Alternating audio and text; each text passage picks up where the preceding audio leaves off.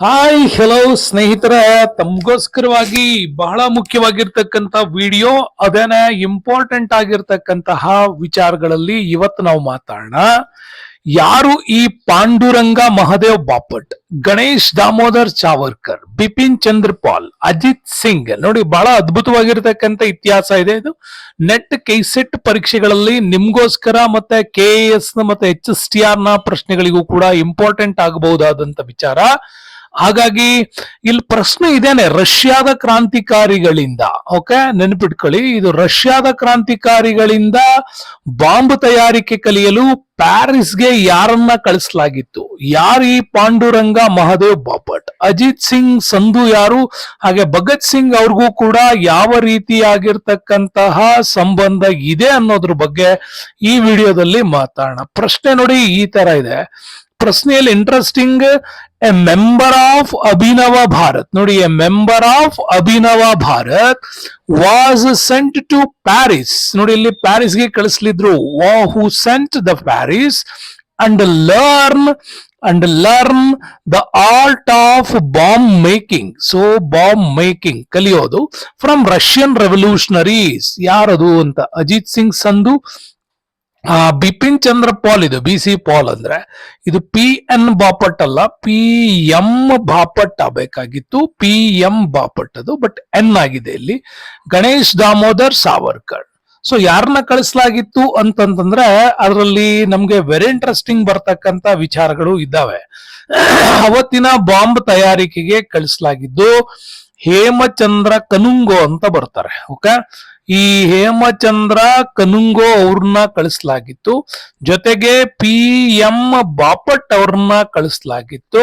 ಜೊತೆಗೆ ಗಣೇಶ್ ದಾಮೋದರ್ ಸಾವರ್ಕರ್, ಜೊತೆಗೆ ವಿನಾಯಕ್ ದಾಮೋದರ್ ಸಾವರ್ಕರ್, ಈ 4 ಜನರನ್ನು ಕೂಡ ಪ್ಯಾರಿಸ್ಗೆ ಕಳಿಸಲಾಗಿತ್ತು. ಕಾರಣ ಇಷ್ಟೇನೆ, ಅಲ್ಲಿ ರಷ್ಯನ್ ಕ್ರಾಂತಿಕಾರಿಗಳಿಂದ ಬಾಂಬ್ ತಯಾರಿಕೆಯನ್ನ ಕಲೀಲಿಕ್ಕೆ. ಬಟ್ ಅವ್ರ ಆನ್ಸರ್ ಇದನ್ನು ಬಿಟ್ಟಿದ್ರು.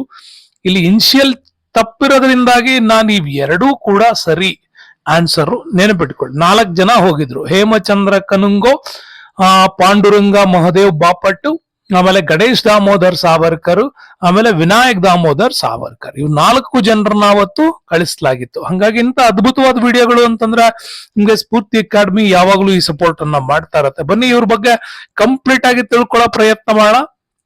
ಪ್ರಯತ್ನ ನೋಡಿ ಹೀಗಿದೆ. ಪಾಂಡುರಂಗ ಮಹದೇವ್ ಬಾಪಟ್ ಮುಂಬೈನವರು. ಇವರು ರಷ್ಯಾ ಬಾಂಬ್ ತಯಾರಿಕೆಯ ಪುಸ್ತಕ ಬಾಂಬ್ ಮ್ಯಾನ್ಯುವಲ್ ಅನ್ನುವಂತ ಪುಸ್ತಕವನ್ನ ಇವರು ಭಾಷಾಂತರ ಮಾಡ್ತಾರೆ. ಮತ್ತೆ ಮುಲ್ಕಿ ಆಣೆಕಟ್ಟು ವಿವಾದ, ಟಾಟಾ ಕಂಪನಿಯವ್ರದ್ದು ಇದು. ಟಾಟಾ ಕಂಪನಿ ಏನ್ ದೊಡ್ಡ ಮಟ್ಟದ ಒಂದು ಬ್ಯಾರೇಜ್ ಅನ್ನ ನಿರ್ಮಾಣ ಮಾಡ್ಲಿಕ್ಕೆ ಹೊರಟಿತ್ತು. ಅಂತ ಮುಲ್ಕಿ ಆಣೆಕಟ್ಟು ಹೋರಾಟದ ಸತ್ಯಾಗ್ರಹ ಬಹಳ ದೊಡ್ಡ ಮಟ್ಟದ್ದು ಇತಿಹಾಸದಲ್ಲಿ. ಆ ಹೋರಾಟದಿಂದಾಗಿನೇ ಇವರಿಗೆ ಸೇನಾಪತಿ ಅಂತಕ್ಕಂಥ ಬಿರುದು ಕೂಡ ಗಳಿಸಿದ ಕ್ರಾಂತಿಗಾರಿ ಹೋರಾಟಗಾರರು ಇವರು. ಗೋವಾ ವಿಮೋಚನ್ ಚಳುವಳಿ ಗೊತ್ತಲ್ಲ ನಿಮ್ಗೆ, TB ಖುನ್ನಾ ಅವ್ರೇನಿದ್ರು, ಈ TB ಖುನ್ನಾ ಅವರ ಜೊತೆಗೆ ಸೇರ್ಕೊಂಡು ಬಹಳ ದೊಡ್ಡ ಮಟ್ಟದಲ್ಲಿ ಹೋರಾಟ ಮಾಡಿದ್ದು. ಹೈದರಾಬಾದ್ ವಿಮೋಚನಾ ಚಳುವಳಿಯಲ್ಲೂ ಹೋರಾಟ ಮಾಡಿದ್ದು. ಜೊತೆಗೆ ಮೈಸೂರು ಮಹಾರಾಷ್ಟ್ರ ಗಡಿ ಆಂದೋಲನದ ವಿಚಾರ ಬಂದಾಗ ಇವರು ಕೂಡ ಮಹಾರಾಷ್ಟ್ರ ಪರವಾಗಿ ಇಲ್ಲಿ ಹೋರಾಟವನ್ನು ಮಾಡಿದ್ದನ್ನ ನಾವು ಆಫ್ಟರ್ ಇಂಡಿಪೆಂಡೆನ್ಸ್ ಅಲ್ಲಿ ಕಾಣ್ತಾ ಹೋಗ್ತೀವಿ.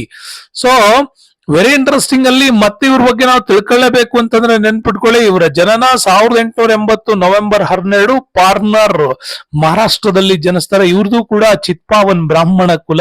ನಾನು ಹೇಳ್ದಂಗೆ ಮಹಾರಾಷ್ಟ್ರದಲ್ಲಿ ಇವರ ಒಂದು ಕುಲದ ಹೋರಾಟ ತುಂಬಾ ದೊಡ್ಡದು. ಬಹಳ ಎಜುಕೇಶನ್ಸ್ ಕಲ್ತ್ ಮೇಲೆ ಡೆಕ್ಕನ್ ಎಜುಕೇಶನ್ ಕಾಲೇಜಲ್ಲಿ ಮುಗಿಸ್ತಾರೆ. ನಂತರ ಇವರು ಇಂಜಿನಿಯರಿಂಗ್ ಕಲೀಲಿಕ್ಕೆ ಲಂಡನ್ಗೆ ಹೋಗ್ತಾರೆ. ಲಂಡನ್ಗೆ ಹೋದಾಗ ಕಾಮನ್, ನಿಮ್ಗೆ ಯಾವಾಗೂ ಗೊತ್ತಿದೆ ಇತಿಹಾಸದಲ್ಲಿ, ಇಂಡಿಯಾ ಹೌಸ್ ನ ಸಂಪರ್ಕ ಇವ್ರು ಎಲ್ಲರಿಗೂ ಸಿಗ್ತಾ ಇತ್ತು. ಓಕೆ, ಇಲ್ಲಿ ನಮ್ಗೆ ಇಂಡಿಯಾ ಹೌಸ್ ಅಂತಂದ್ರೆ ಶ್ಯಾಮ್ಜಿ ಕೃಷ್ಣ ವರ್ಮಾ ಅವ್ರದ್ದಲ್ವಾ ಇದು. ಹಾಗಾಗಿ ಶ್ಯಾಮ್ಜಿ ಕೃಷ್ಣ ವರ್ಮಾ ಅವರು ಅದ್ಭುತವಾಗಿ ಇಂಡಿಯನ್ ಹೌಸ್ ಅನ್ನ ಕಟ್ಟಿದ್ರು. ಯಾಕೆಂತಂದ್ರೆ ಶಿಕ್ಷಣವನ್ನ ಕಲೀಲಿಕ್ಕೆ ಲಂಡನ್ಗೆ ಬರ್ತಕ್ಕಂಥವ್ರಿಗೆ ಇಲ್ಲಿ ಬಹು ಪ್ರಮುಖವಾಗಿರ್ತಕ್ಕಂತಹ ಒಂದು ಕಟ್ಟಡವನ್ನ ನಿರ್ಮಾಣ ಮಾಡಿಕೊಳ್ಳಲಾಗ್ತಿತ್ತು.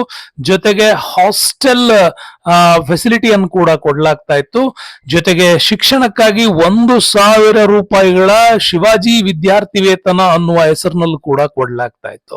ಹಾಗಾಗಿ ಈ ಸಂದರ್ಭದಲ್ಲಿ ಇಂಡಿಯಾ ಹೌಸ್ ಸಂಪರ್ಕದಲ್ಲಿ ಬಂದಾಗ ಬಾಂಬ್ ತಯಾರಿಕೆಯನ್ನು ಕಲಿಲಿಕ್ಕೆ ಪ್ಯಾರಿಸ್ಗೆ ಪ್ರಯಾಣ ಮಾಡಬೇಕಾದ ಅನಿವಾರ್ಯತೆ ಬಂದಾಗ ಮೊದಲು ಹೇಮಚಂದ್ರ ಕನುಂಗೋ ಸೆಲೆಕ್ಟ್ ಆಗ್ತಾರೆ. ಆಮೇಲೆ ವಿನಾಯಕ್ ದಾಮೋದರ್ ಸಾವರ್ಕರ್, ಗಣೇಶ್ ದಾಮೋದರ್ ಸಾವರ್ಕರ್, ಅನಂತರ PM ಬಾಪಟ್ ಅವ್ರನ್ನ ಕೂಡ ಕಳಿಸಲಾಗತ್ತೆ. ಸೊ ಇವ್ರು ಎಲ್ಲರ ಹೋಗ್ತಾರೆ, ಅಲ್ಲಿ ಕಲ್ತ್ಕೊಳ್ತಾರೆ, ವಾಪಸ್ ಬರ್ತಾರೆ. ಆದ್ರೆ ನಿಮಗೆ ಗೊತ್ತಿರ್ಲಿ 1908ರಲ್ಲೂ ಕೂಡ ವಿನಾಯಕ್ ದಾಮೋದರ್ ಸಾವರ್ಕರ್ ಅವ್ರನ್ನ ಅರೆಸ್ಟ್ ಮಾಡಿದ್ದೆ ಈ ಬಾಂಬ್ ಪ್ರಕರಣದಲ್ಲಿ. ಅಂದ್ರೆ ನಾಸಿಕ್ ಪ್ರಕರಣ ಅಂತ ನೀವು ಏನು ಇತಿಹಾಸದಲ್ಲಿ ಓದ್ತೀರಾ, ನಾಸಿಕ್ ಪ್ರಕರಣದ ಹಿಂದೆ ಬಾಂಬ್ ತಯಾರಿಕೆಯನ್ನ ಕಲಿಸ್ಕೊಟ್ಟಿದ್ದೆ ಇವರು ಅಂತೇಳಿ ಇವ್ರನ್ನ ಅರೆಸ್ಟ್ ಮಾಡಲಾಗುತ್ತೆ.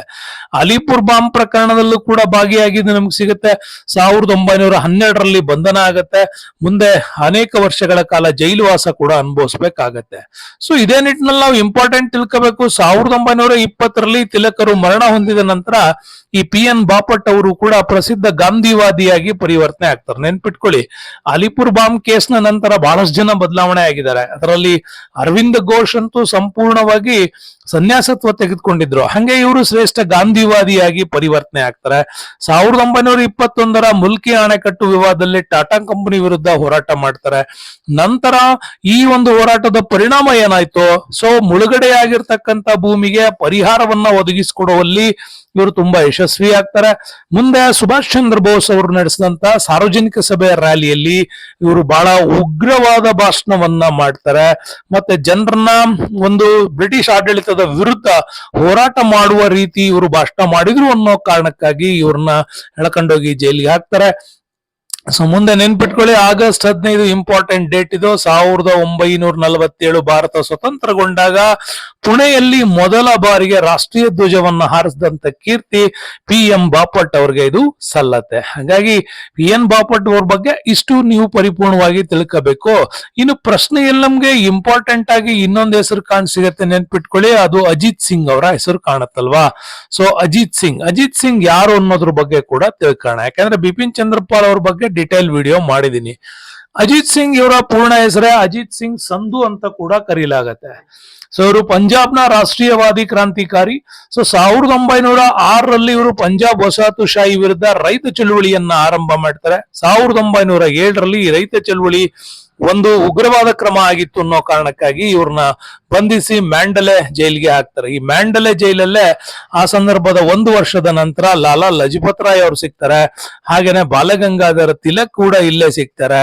ಇನ್ನು ಅನೇಕ ರಾಷ್ಟ್ರೀಯವಾದಿಗಳ ಸಂಪರ್ಕ ಇಲ್ಲೇ ಆಗೋದು. ಸೊ ನೆನ್ಪಿಟ್ಕೊಳ್ಳಿ, ಇವರ ಎಜುಕೇಶನ್ಸ್ ಕೂಡ ಆರಂಭದಲ್ಲಿ ಪಂಜಾಬ್ನ ಜಬ್ಬಲ್ಪುರದ ಕಠಾರ್ ಖಲಾನ್ ಅಂತಕ್ಕಂಥ ಗ್ರಾಮದಲ್ಲಿ ನಡೆಯುತ್ತೆ.